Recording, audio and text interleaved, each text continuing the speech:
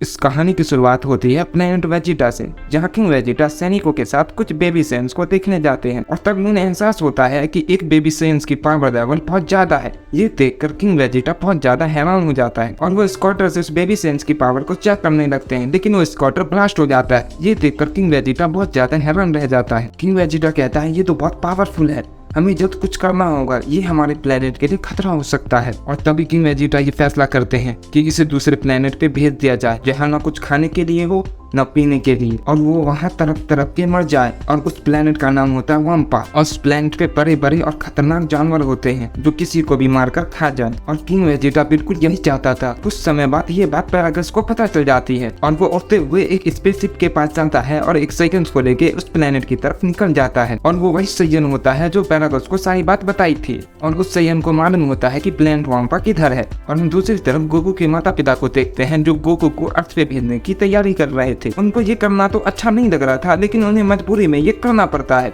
और आखिरकार वह गोकू को अर्थ की तरफ भेज देते हैं ताकि वो वहाँ पर सरवाइव कर सके। और हम दूसरी तरफ पैरागस और सयन को देखते हैं जो प्लेनेट वम्पा पे पहुंच जाते हैं और ब्रोली को ढूंढना शुरू कर देते हैं। और आखिर उन्हें यह पता चलता है कि ब्रोली यहाँ तो है ही नहीं, क्योंकि उनके स्क्वाड में ब्रोली की पावर महसूस ही नहीं हो रही थी। पैरागस ये देख के बिल्कुल हैरान रह जाता है और वो कहता है आखिर ये क्या हो रहा है, आखिर ब्रोली कहाँ गया, उसे तो यहीं कहीं होना चाहिए था, कहीं उसे किसी जानवर ने तो नहीं खा लिया। जरा को ब्रोली इतना भी कमजोर नहीं है, वो बहुत ज्यादा ताकतवर है। पैरागस उस सयन पे बहुत ज्यादा गुस्सा हो जाता है और कहता है कहीं वो तुम ही तो नहीं, क्या तुम भी किंग वेजिटा के साथ मिले हुए हो और तुम मुझे यहाँ पे भटकाने के लिए लाए हो? तुम सच बताओ ब्रोली अभी कहाँ है, वरना मैं तुम्हें यहीं पर खत्म कर दूंगा। वो सयन घबराते हुए कहता है मैंने आपको सच बताया है, किंग वेजिटा ने उसे मरने के लिए यहीं भेज दिया था क्योंकि उसकी पावर बहुत ज्यादा थी। मैं बिल्कुल सच कह रहा हूँ, मेरी बात का यकीन कीजिए। तुम भी मेरे बेटे को जिंदा मारना चाहते थे ना, इसका मतलब तुम्हें भी जिंदा रहने का कोई भी हक नहीं। उसके बाद हम देखते हैं पैरागस गन निकाल के उस सयन को मार देता है और वो वहाँ से जाने लगता है। और तभी पैरागस दिखता है कि उसके शिप में कुछ खराबी आ जाती है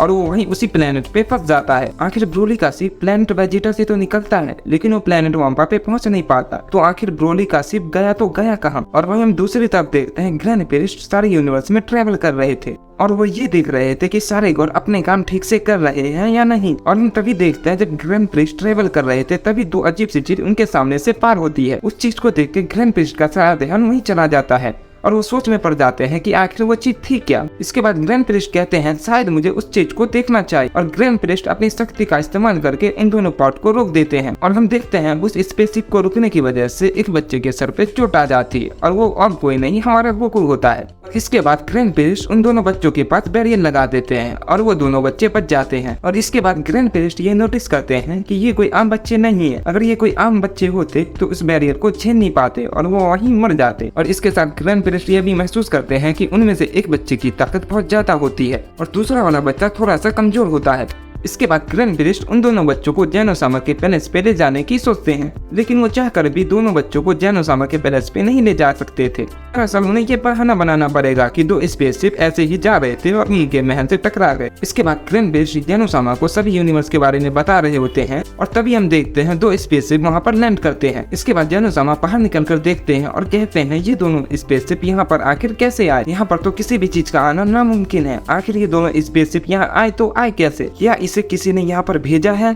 ग्रैंड प्रिस्ट भी कहते हैं मैं भी ये देखकर हैरान हूँ, आखिर ये दोनों स्पेसशिप यहाँ पर कैसे आ सकते हैं? हो सकता है इन स्पेसशिप में कोई खराबी हो जिसकी वजह से वो वर्म होल के अंदर चले गए हो। और आप तो ये बात जानते ही होंगे कि वर्म होल किसी भी डायमेंशन को किसी भी डायमेंशन से कनेक्ट कर सकता है, तो हो सकता है वो इसी वजह से यहाँ पर आ गए हो।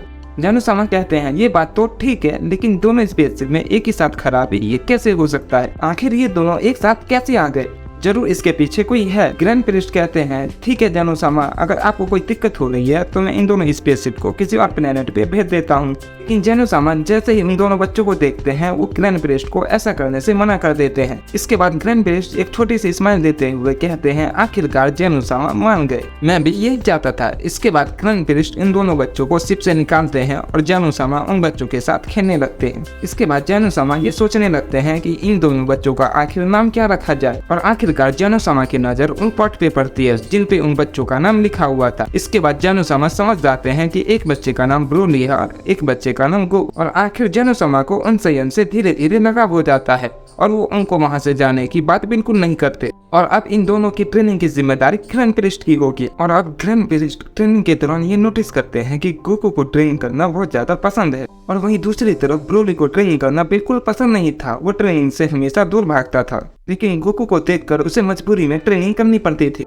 जैसे जैसे टाइम बीतता है, ग्रैंड प्रिस्ट को ये पता चलता है कि ब्रोली के अंदर अजीब शक्तियां हैं और वो उतनी छोटी उम्र में भी बहुत ज्यादा ताकतवर होता है। ग्रैंड प्रिस्ट कहते हैं ये तो लाजवाब है, ये मुझे कोई नॉर्मल सही नहीं लगता, इसमें जरूर कोई अलग बात है, और आखिर मुझे ये पता लगाना ही होगा कि ब्रोली इतना ज्यादा ताकतवर क्यों है। गोकू की ताकत उसके मुकाबले बहुत ज्यादा कम है, और आखिर ग्रैंड प्रिस्ट इस बात का पता लगाने के लिए उस प्लेनेट की तरफ निकल जाते हैं जहाँ से गोकू और ब्रोली आए थे।